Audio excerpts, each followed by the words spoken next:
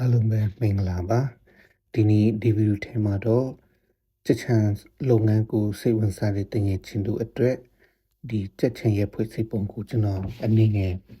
ပြောပြပေးခြင်းနဲ့ဒီချန်ကြတော့ကျွန်တော်ချန်ဖြစ်ပါတယ်1995မှာဆောက်လုပ်တဲ့အတွက်အခုဆိုရင်အနည်း30ရှိပါပြီဆိုတော့ဆောက်လုပ်တုန်းကတော့6ချန်ဆောက်လုပ်ထားတာဖြစ်တယ်ဒါပေမဲ့တချန်ကိုတော့မုံတိုက်ထဲပါတော့9ချန်ကျန်တာဖြစ်ပါတယ်ဒါတော့ကောင်းကင်ပေါ်ကနေ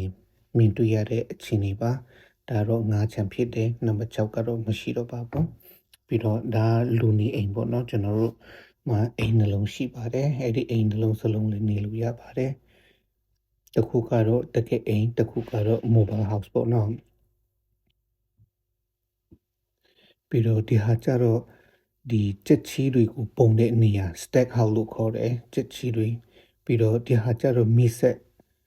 ထားတဲ့အိမ်ပေါ့နော်125 kilowatt ရှိတယ်မီဆက်အကြီးကြီးဒါကြတော့ control room ဒါထိန်းချုပ်ခန်းဖြစ်ပါတယ်ဒါကွန်ပျူတာတွေနဲ့ထိန်းချုပ်တာဖြစ်တယ်ဒါကြတော့ချက်ချန်ထဲရိုက်ပြထားတာဖြစ်တယ်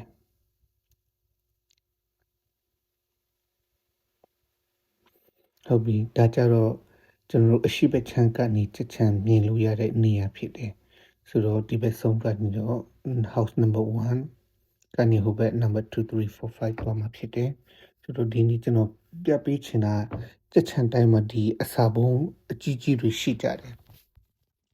ဆိုတော့အဲ့ဒီအစာဘုံတွေကကျွန်တော်တို့ချက်စာလူတဲ့အခါသူတို့မာတဲ့အခါ truck ကနေတဲလာပြီးတော့ဒီအစာဘုံတွေထဲမှာထည့်ပေးထားတယ်ဒီအစာဘုံတွေကြတော့ပေါင်9000ဆန်တယ်9000 လောက်ဆန်တယ်ပြီးတော့ဒီဘက်ကျတော့ကျွန်တော်တို့နေတဲ့အိမ်ခုနကောင်းကင်ပေါ်နေမြင်လို့ရတယ်ဒီဘက်အိမ်တိတိလေးနှစ်ခုကျတော့ရီတွင်းဆိုတော့ဒီရီတွင်းတွေကျတော့အဝီစီပေါ့နော်ဆိုတော့ကျစ်တွေကရီအများကြီးတောက်တဲ့အတွက်ကျွန်တော်ရီအများကြီးတုံးရတာဖြစ်တယ်ဆိုတော့အစိုးရ city water ကိုတော့ကျွန်တော်တုံးလို့မရပါဘူးတရက်ကိုအိမ်တစ်လုံးက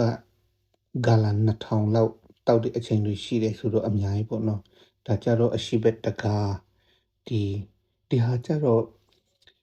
fin လို့ခေါ်တယ်ဆိုတော့ရာတူတူပူလာတဲ့အခါမှာကျွန်တော်တို့လီဝင်လီထွက်အေးအောင်ဒီ fin ပေါ်မှာရေဖြန်းတယ်ဆိုတော့ရေဖြန်းပြီးတော့ထွက်လာတဲ့လေကအေးလေးနဲ့အထက်ကိုဝင်သွားတဲ့အတွက်ဒါတော့ cool cell fin လို့လည်းခေါ်တယ် cool cell လို့လည်းခေါ်ပါတယ်ဆိုတော့ဒီ cool cell မကောင်းဘူးဟောင်းအရန်ဟောင်းတယ်လေဝင်မကောင်းတော့ဘူးဆိုရင်ဒီ cool cell တွေကလဲပေးရတယ်ပြီးတော့အထက်မှာလည်းလေအေးတွေမဝင်ဘူးပေါ့နော်ဆိုတော့ဒီဘက်ချမ်းကြတော့ motor ဆိုတော့ဒီထဲကိုရေဝင်မယ်ပြီးတော့ရေပိုက်ကနေအပေါ်ကနေရေဖြန်းတဲ့အချိန်မှာသူအထဲကိုလေအေးလေးဝင်လာမှာဖြစ်တယ်ဆိုတော့ဒီ cool cell ကြတော့တကယ်summer မှာကြတော့မကောင်းလို့မဖြစ်ဘူးတော်တော်လေးအရေးကြီးတဲ့အရာတစ်ခုဖြစ်တယ်ဆိုတော့ဟိုဘက်ဒီဘက်နှစ်ခုစလုံးဟိုဘက်ဒီဘက်ရှိတယ်ဆိုတော့အိမ်တစ်လုံးမှာဟိုဘက်ဒီဘက်ရှိပါတယ်ဒီဟာကြတော့ gas ဆိုတော့ရာတူတူအေးလာတဲ့အချိန်မှာကျွန်တော်တို့ gas နဲ့ချစ်ချန်တဲ့ကိုအပို့ပေးရတယ်ဆိုတော့ဒီ gas ဦးကြတော့ဂါလန်1000ဆန့်ဖြစ်ပါတယ်ဒီဂါလန်1000ဆန့်ကိုကျွန်တော်တို့လိုအပ်တဲ့အချိန်မှာကျွန်တော်တို့မာယူလို့ရတယ်အခုချိန်မှာတော့90ရာခိုင်နှုန်းလောက်တော့ကျန်သေးတယ်ဆိုတော့90ဟုတ်ပါတယ်90ရာခိုင်နှုန်းလောက်တော့ကျန်သေးတယ်ဆိုတော့ဒါ30ရာခိုင်နှုန်းလောက်ကျန်တဲ့အချိန်မှာကျွန်တော်တို့ gas မာယူရတယ်ပြီးတော့ကျွန်တော်တို့လိုရင်လိုတလောက်ကွန်ပျူတာနေဖွင့်ပြီးတော့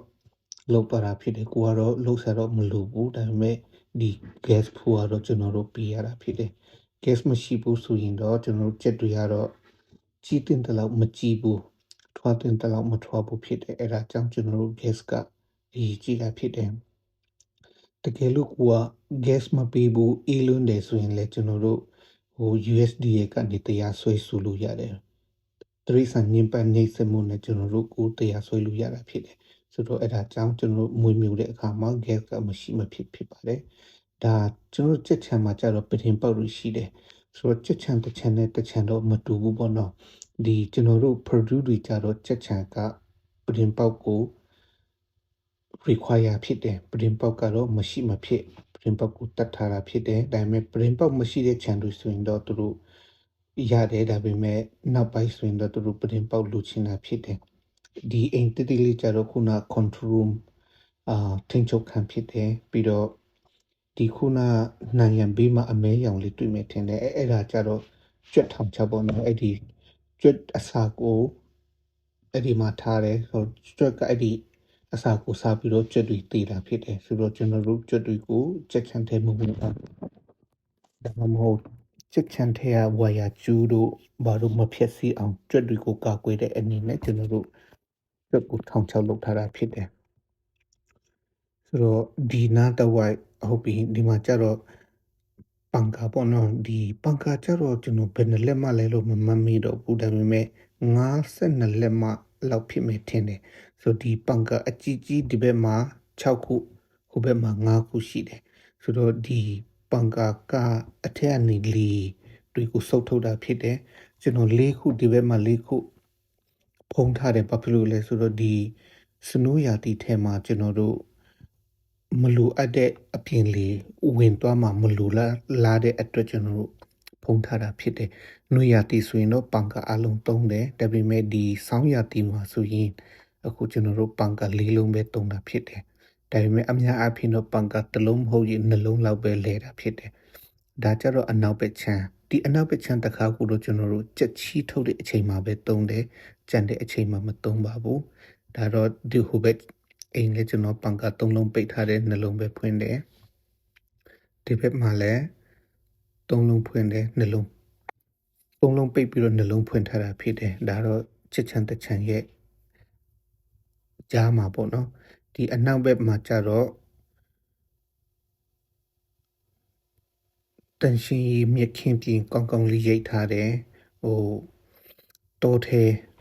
မှာရောက်သွားတယ်လို့မခံစားရအောင်ကျွန်တော်တို့ချက်ချန်ရဲ့ပတ်ဝန်းကျင်ကိုမြက်ကတော့ပုံမှန်ရိတ်ပြီးတာဖြစ်တယ်